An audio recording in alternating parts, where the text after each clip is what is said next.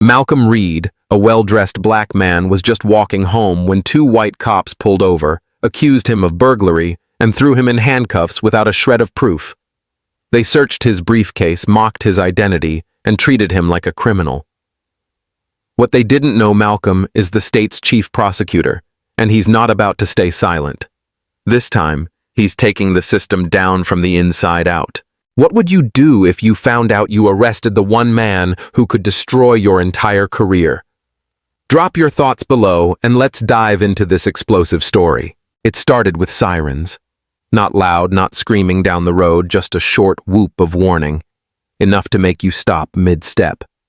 Enough to remind you that no matter how well you dress, what you carry, or where you work, if your skin is dark and the street is empty, you're already guilty in someone's eyes. Malcolm Reed glanced over his shoulder. Police cruiser. One set of headlights. Red and blue lights spinning against the quiet backdrop of Woodrest's tree-lined street. He didn't panic. He just stopped. His briefcase hung at his side, heavy with trial binders and sealed affidavits.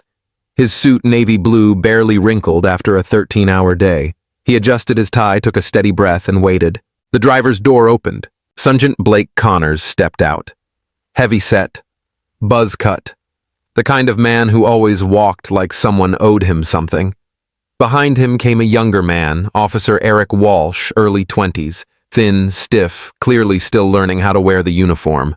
"Evening," Blake said, voice flat. "Evening, officers." Malcolm replied calm. "Is there a problem?" "Yeah," Blake said. "We got a call about a break-in 3 blocks from here. You match the description." Malcolm raised a brow. "May I ask what that description is?" "Black male, late 30s, suit." Malcolm almost laughed. "Almost. Well, that's convenient," he said. "I'm walking home from work. I'm a prosecutor." Blake smirked.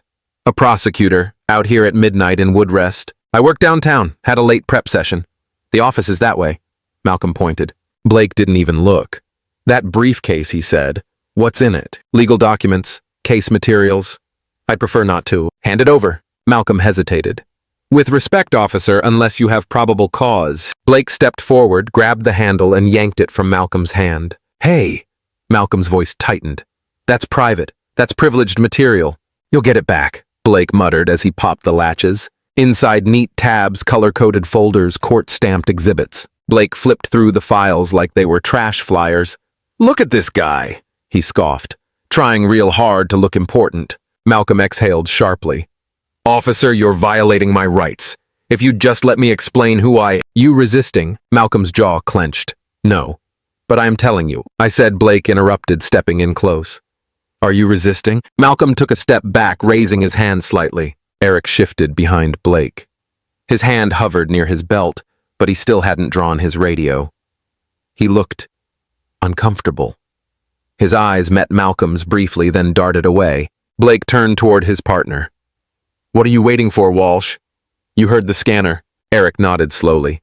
"Yeah, but we don't have confirmation it's him," Blake snapped. "We don't need confirmation. He fits. We bring him in. Standard hold." Malcolm's voice dropped low, firm. "You're making a mistake." "I am. I don't care who you are." Blake cut him off. "Turn around. Now." "I won't turn around until you tell me." Blake shoved him. Hard. Malcolm stumbled but stayed upright. "Is this how you treat everyone out here?" he asked. Voice still controlled, but tighter now. Blake reached for his cuffs. "Turn around. Hands behind your back." Malcolm closed his eyes for half a second. "I'm not resisting. I'm telling you, I am the..." Click. One cuff snapped tight around his right wrist. Click. The other locked in place. Blake leaned in, his breath hot and condescending. "You talk real smooth for a thief." Across the street, behind a lace curtain, an old man peeked out through half-closed blinds.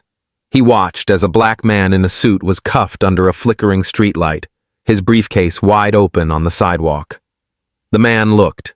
He looked long enough to understand exactly what he was seeing. Then he turned off the lamp and disappeared into the dark. Malcolm didn't fight. He didn't plead. He said nothing as Eric opened the back door of the cruiser. The younger officer didn't look at him, not really, just held the door quiet, jaw tight. As Blake pushed Malcolm into the back seat, the older officer chuckled to himself. "Always the confident ones," he muttered. "They think if they sound smart enough, they'll walk away." From inside the car, through the cage of tinted glass, Malcolm watched the night outside blur. But behind that stillness, something was building.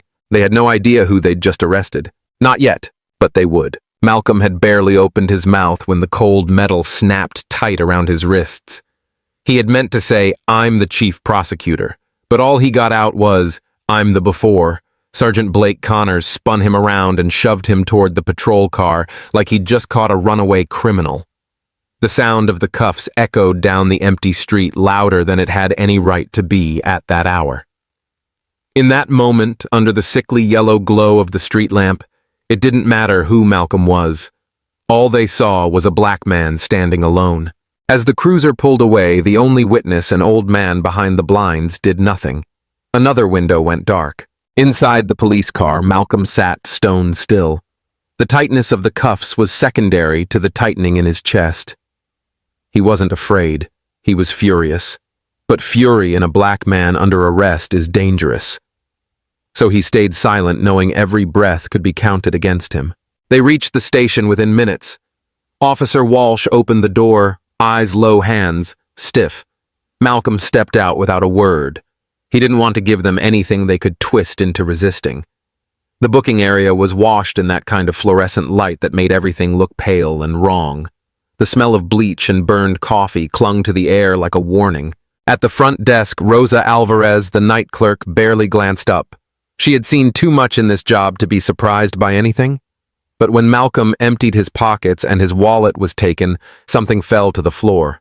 A badge. Thin. Silver. With the state seal engraved into it.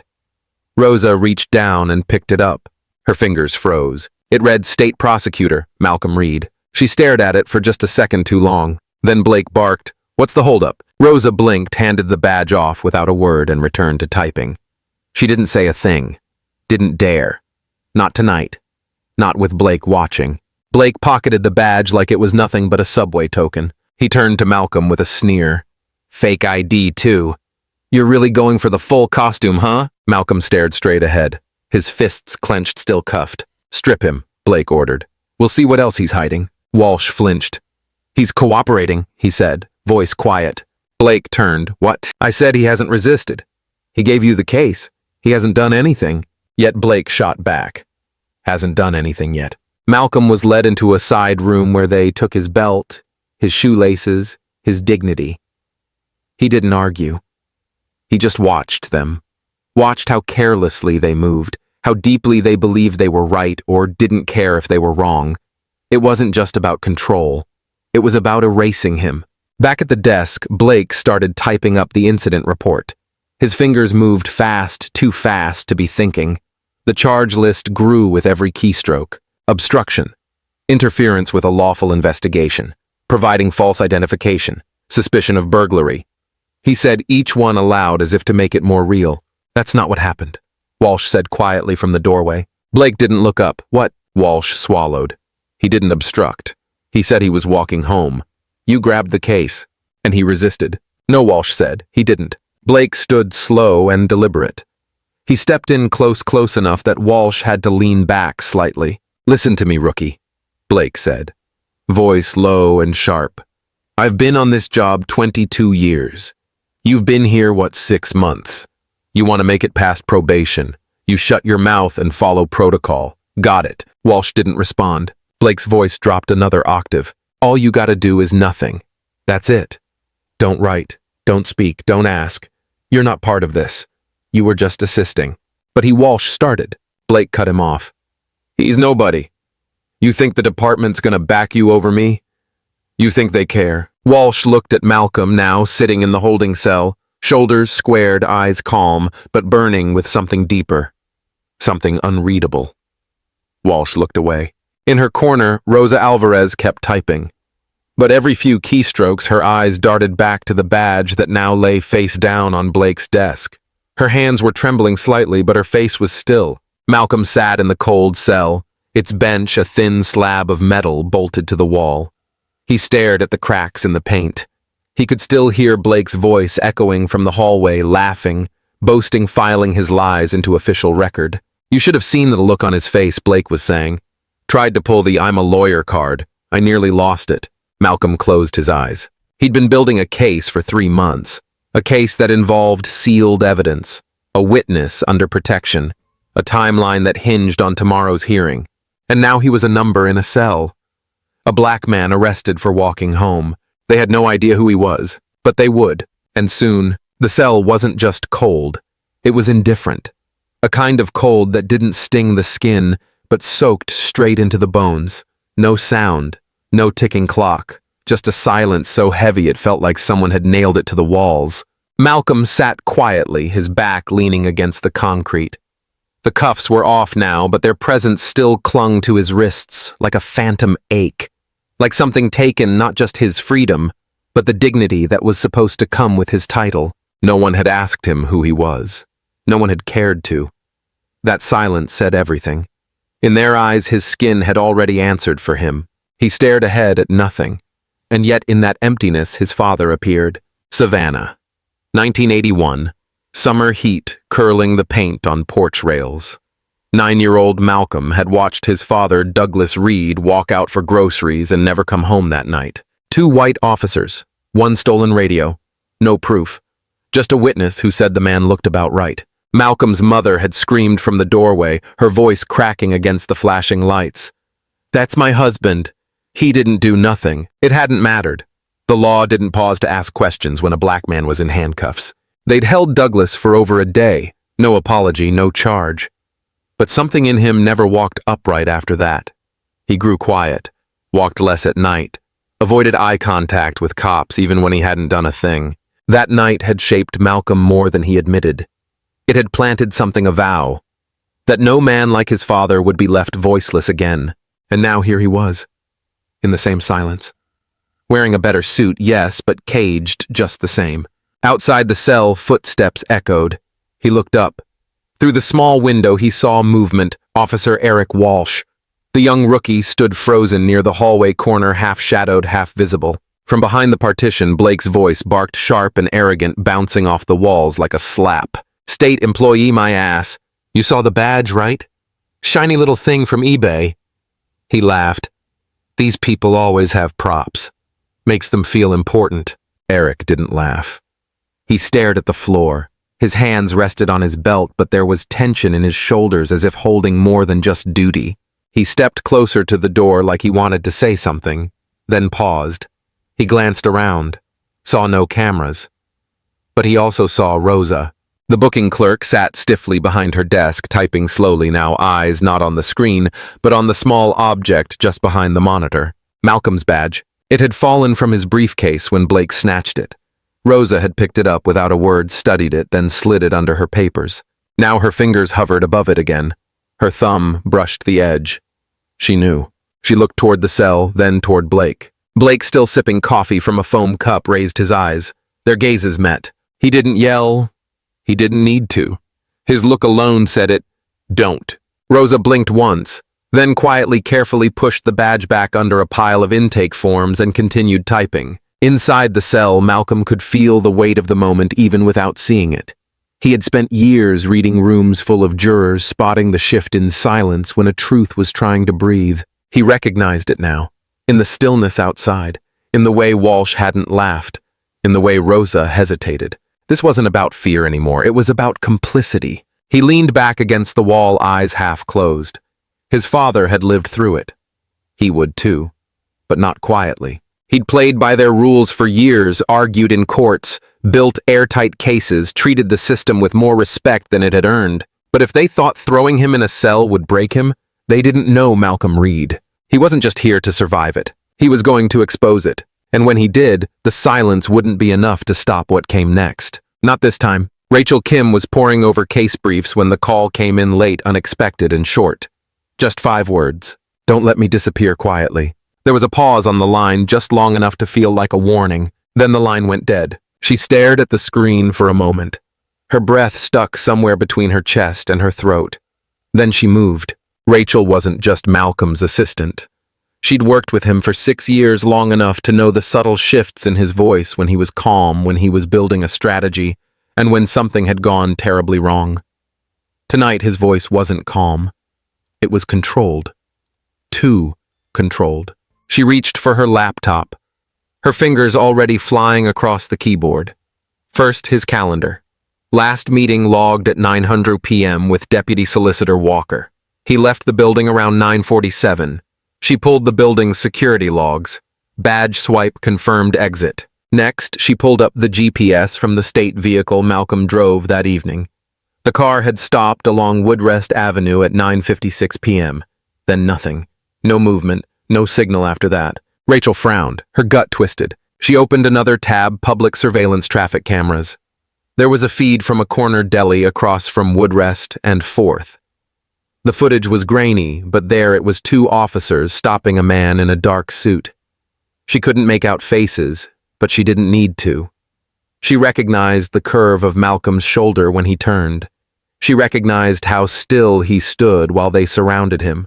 Without a second of hesitation, she took screenshots, time-stamped every frame, then saved copies to the firm's secure drive. Next, she called the precinct. "Good evening, I'm calling regarding Malcolm Reed, State Prosecutor. He was stopped earlier tonight, and I'd like to know which officer processed him and why he hasn't been released." The woman on the line responded with clipped formality. "Ma'am, I can't confirm whether someone by that name is here or not." Rachel's tone sharpened. "I have GPS evidence showing he was stopped on Woodrest and hasn't moved since.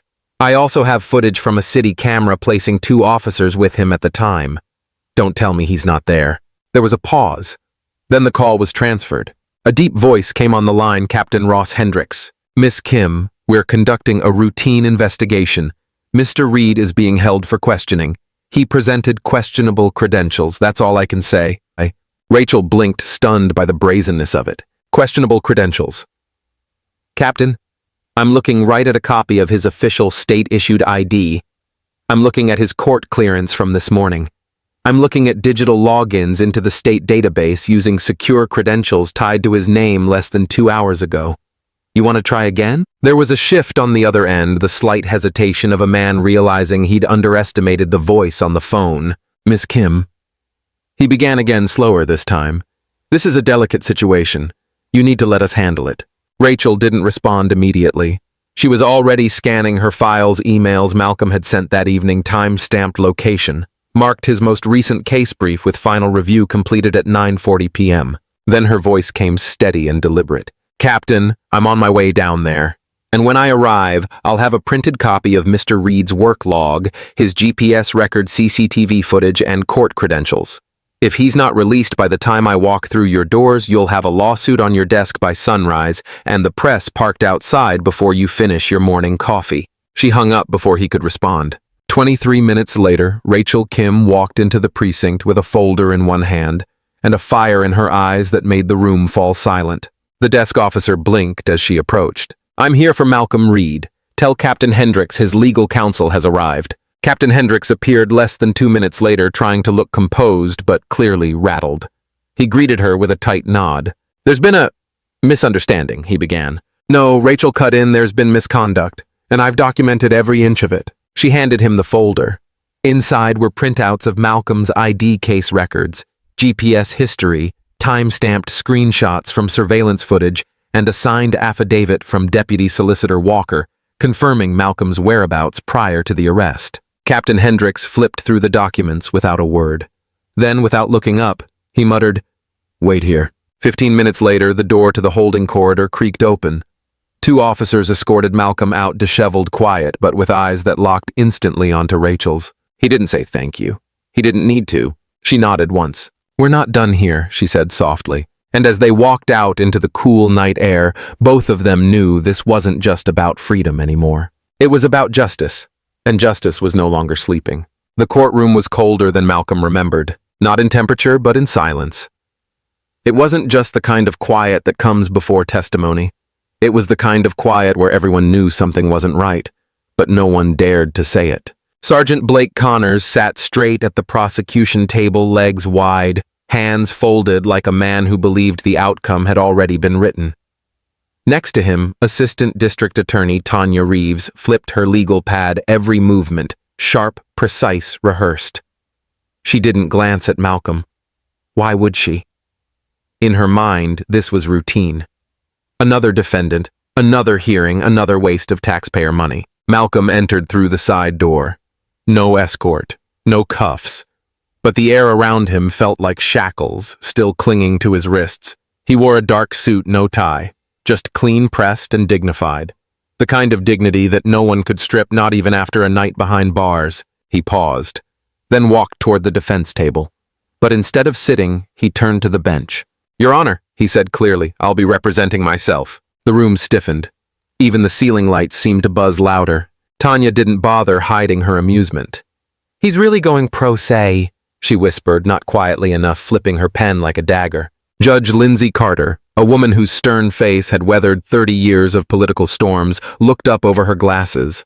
Her tone was cool, even. "You understand your rights, Mr. Reed." "I do." "You're aware you're facing obstruction, false documentation, and resisting arrest." "I'm aware," he said, his voice calm.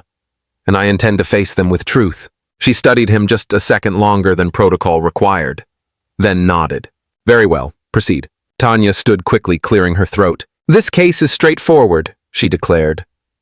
Two officers responded to a late-night disturbance and encountered Mr. Reed behaving suspiciously.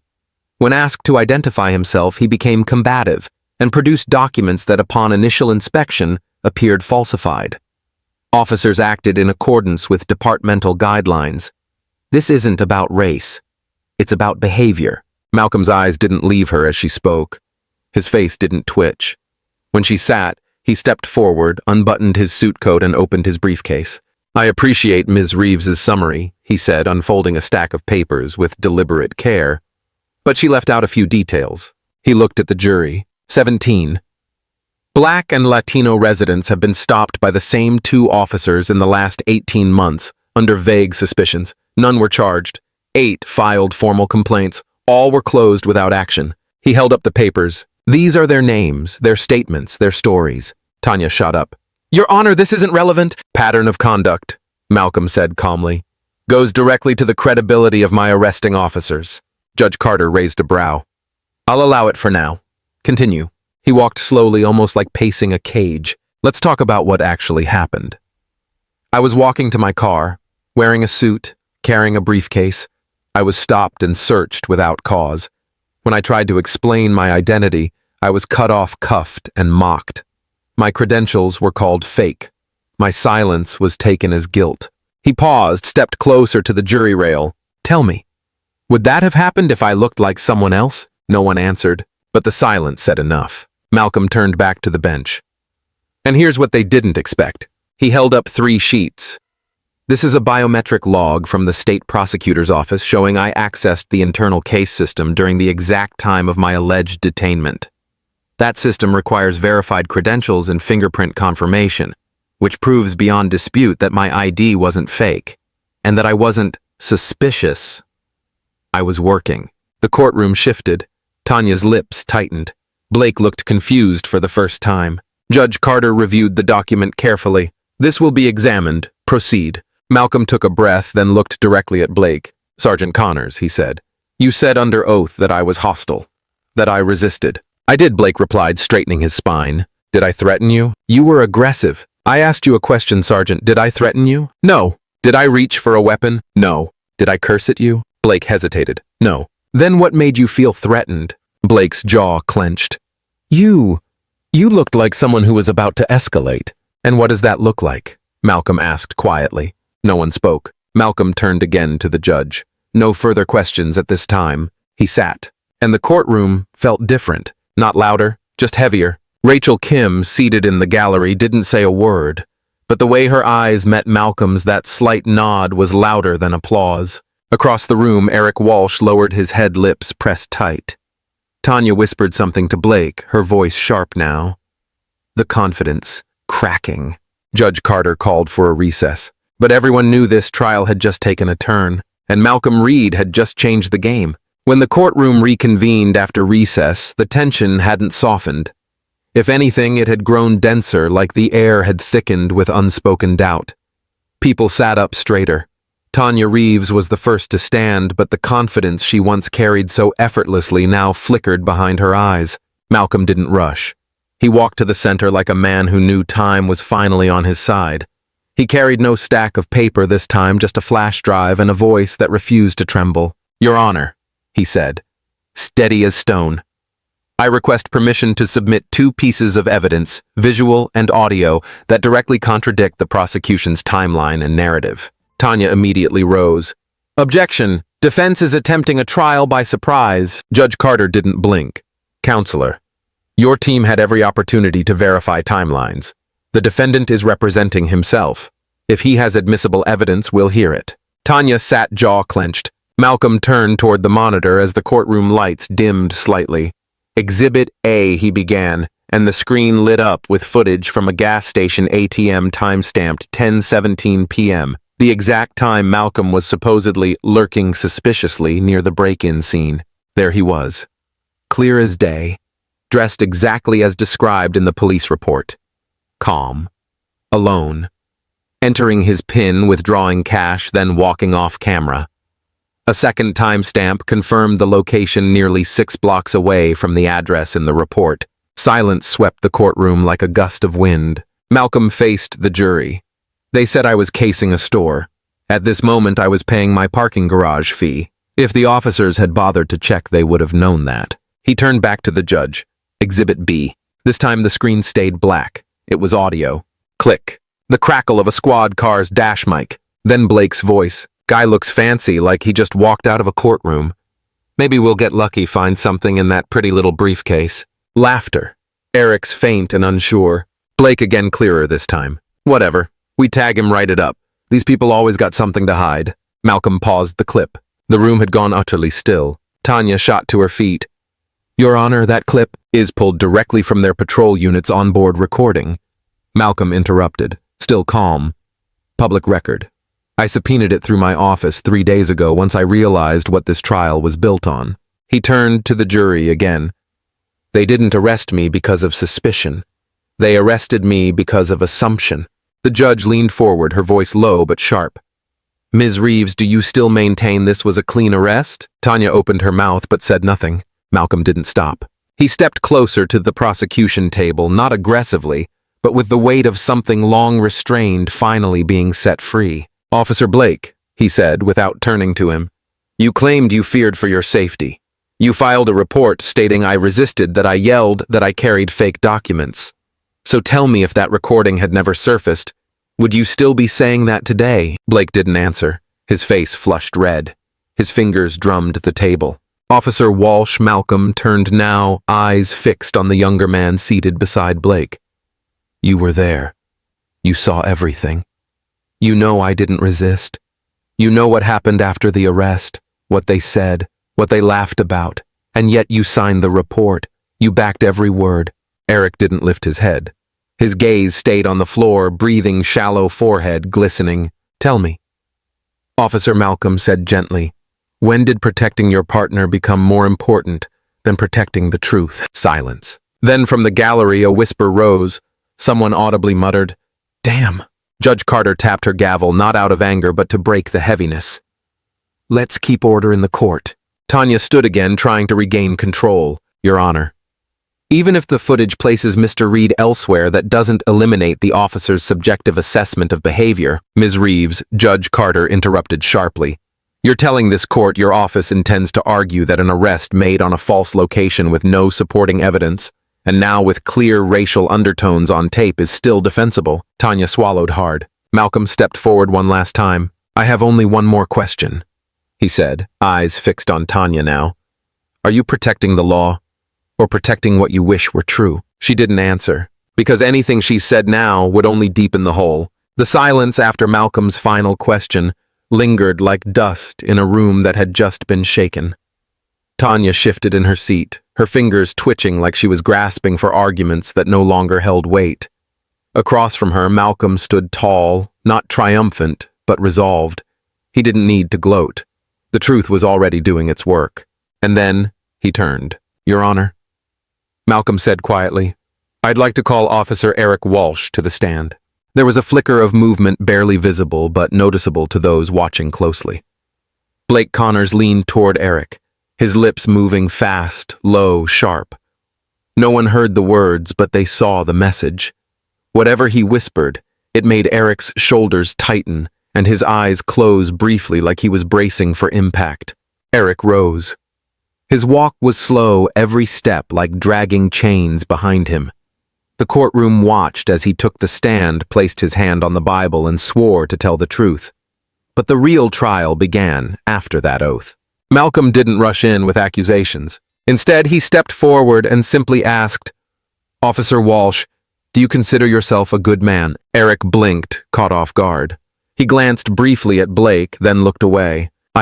I try to be," he said, voice dry. Malcolm nodded gently.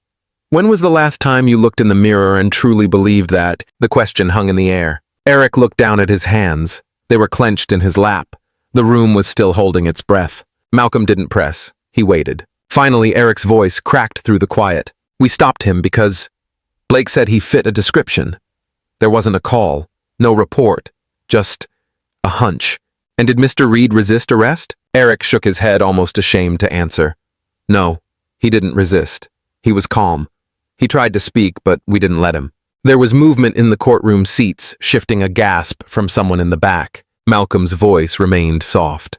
"So why did you write that he did?" Eric swallowed, his voice now barely above a whisper. "Because Blake told me to. He said we needed to make it look right. That if we didn't, it'd be our word against his. And nobody would believe us if the report was vague." Tanya leapt to her feet. "Your Honor, this witness is clearly under duress. He's being manipulated." But Judge Carter raised her hand. "Sit down, Ms. Reeves."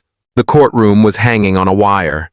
Eric sat still, but his confession had already shattered the balance. Malcolm stepped forward, eyes still gentle but with a depth that held everyone in place. "I know you were scared," he said. "I know silence sometimes feels safer than truth. But people are watching now, officer. And someday someone you care about may be on the other side of that silence. What you do here, it matters." Eric looked up, really looked. For the first time, he met Malcolm's gaze not with fear, but something close to relief. "I'm sorry," he said. "I should have spoken up earlier." The judge didn't speak right away. She simply looked down, let the weight of the moment settle across the courtroom. 10 long seconds passed, a full breath of reckoning. Then her gavel struck the block once. No words, just that sound. It was enough. The illusion had cracked. The truth had stepped forward, and there was no going back. Malcolm stood still for a long moment. His breath measured his fingers, resting on the edge of the table like he was feeling the pulse of the room through the grain of the wood. The silence wasn't empty. It was coiled, bracing thick with everything that had been unsaid. Then, in one smooth motion, he reached into his leather briefcase and pulled out a sealed folder, plain official, marked with the state emblem of New Carrollton. No one said a word as he opened it and carefully laid out each piece. First came the laminated ID, then a formal appointment letter signed by the governor.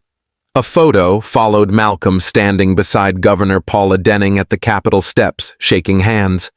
Next, a newspaper clipping from the National Prosecutors Conference, where he had delivered a keynote speech on justice reform just 6 months earlier. He didn't raise his voice. He didn't need to. "My name is Malcolm Anthony Reed," he said, steady and clear, "and I am the chief prosecutor of the state of New Carrollton."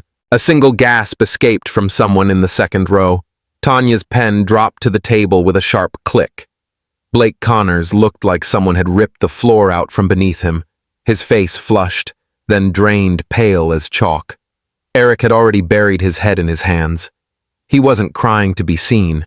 He was crying because the truth had just crashed through every lie he'd helped build. Malcolm didn't stop. "I've spent the last 18 months investigating misconduct within our law enforcement systems. I've stood before national committees, testified under oath, and worked alongside some of the finest legal minds in this country. But none of that stopped me from being dragged off a street corner because I matched a description. None of it mattered when Blake Connors decided my skin tone was suspicious enough to override everything else." Tanya stood up, but her legs were shaking. "Your Honor, this is manipulation. He withheld identity, But Judge Carter raised her hand before she could get the rest out. "Sit down, Ms. Reeves." And so she did.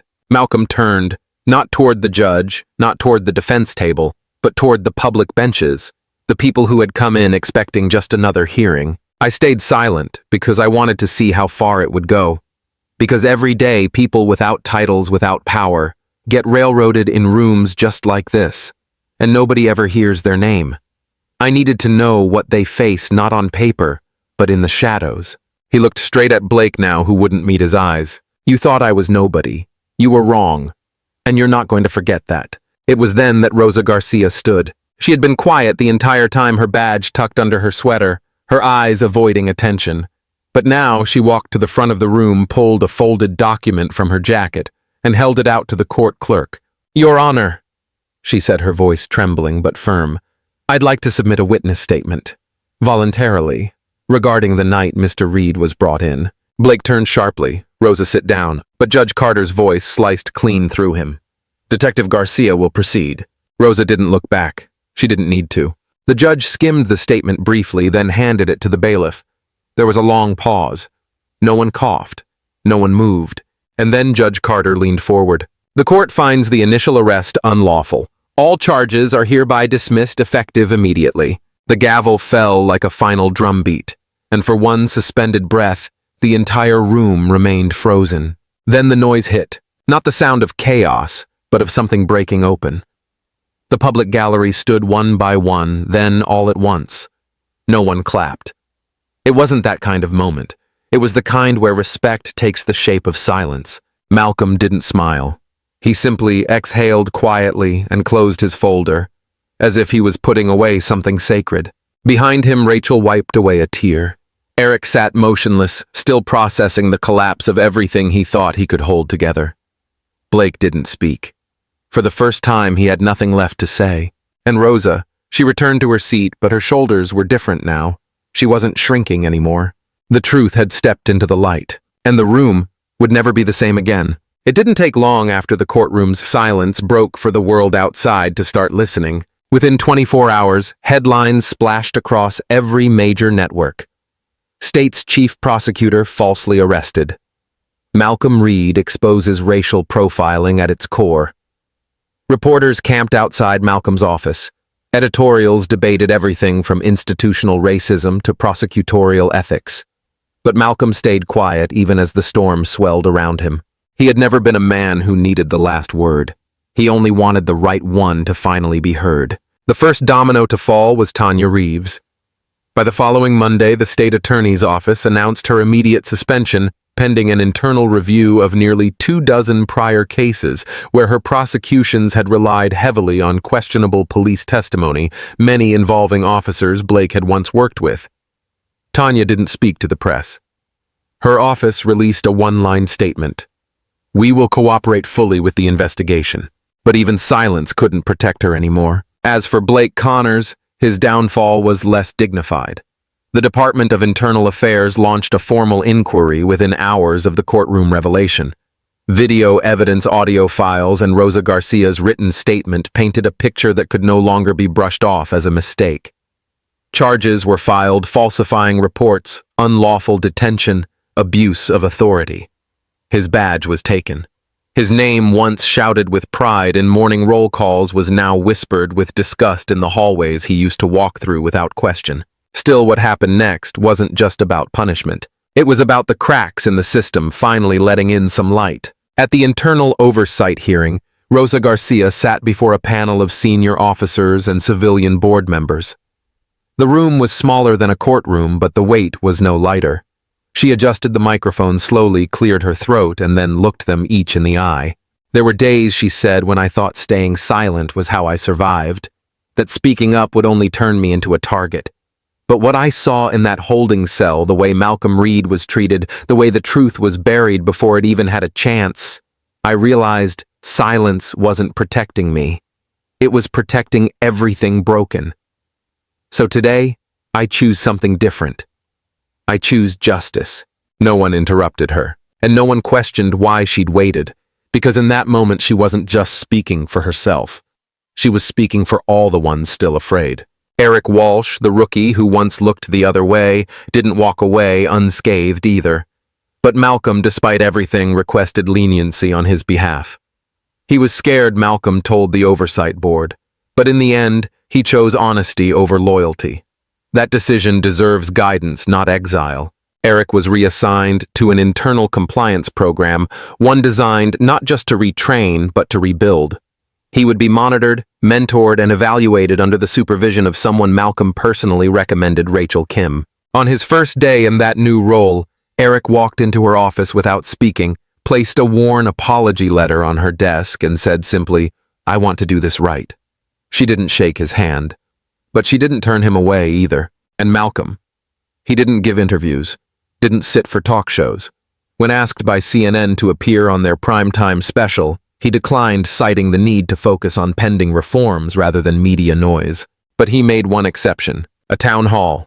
No cameras. Just a microphone, a folding chair, and a room full of people, mostly local citizens, church leaders, and young law students.